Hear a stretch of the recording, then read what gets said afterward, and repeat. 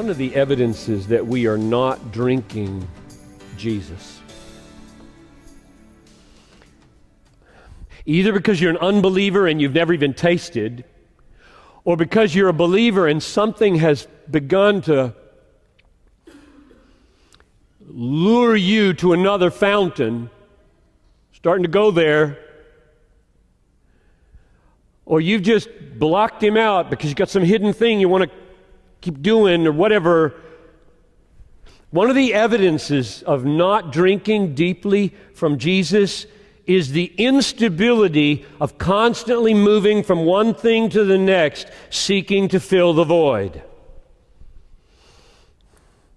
You may be going through sexual partners. You may be going through friends. You may be going through jobs. You may be going through churches, just one after the other. You may be going through hobbies, internet stuff, hobbies, games. You may be going through hairstyles. You may be going through wardrobes. You may be going through cars. You may be going through locations of where you live. Because there's no deeply contented identity in Christ. Deeply contented, deeply satisfied. That's what water means. Living water is your soul is a cavern of desire. And I offer myself to you, Jesus says, as water that lives. It becomes a well. It just satisfies day after day. You get up with hungers and longings and soul achings in the morning. Come to me and you'll find stability of contented identity. And then you don't move around so much. Jump in here, jump in there, jump in here, jump in there. Crave, crave, crave, crave, crave, crave. Nothing's working.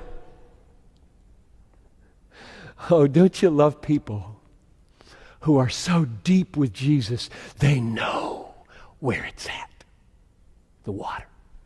They live by the fountain. They never go anywhere. They just live there. They're not jumping from job to job and wife to wife and girlfriend to girlfriend and job to job and car to car and hairstyle to hairstyle. They are so there.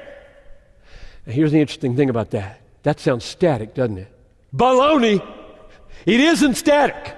Believe me, it isn't static. I don't mean that the Christian life, with that kind of centered, deep, satisfied identity by the fountain, satisfied day after day, freshly with new water coming up from this friendship and this relationship. I do not mean this is static. There is a difference between confident movement of faith and craving movement of frustration. You got that? There is a difference between confident movement in faith and craving movement of frustration. Got to move because this is not working. Here, move, move, move. Or this is so working, I'm taking it.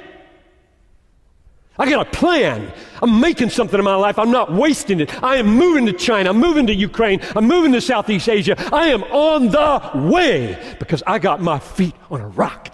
And there's a fountain coming up out of this rock. And it goes with me everywhere. It's Jesus, not any geographical location.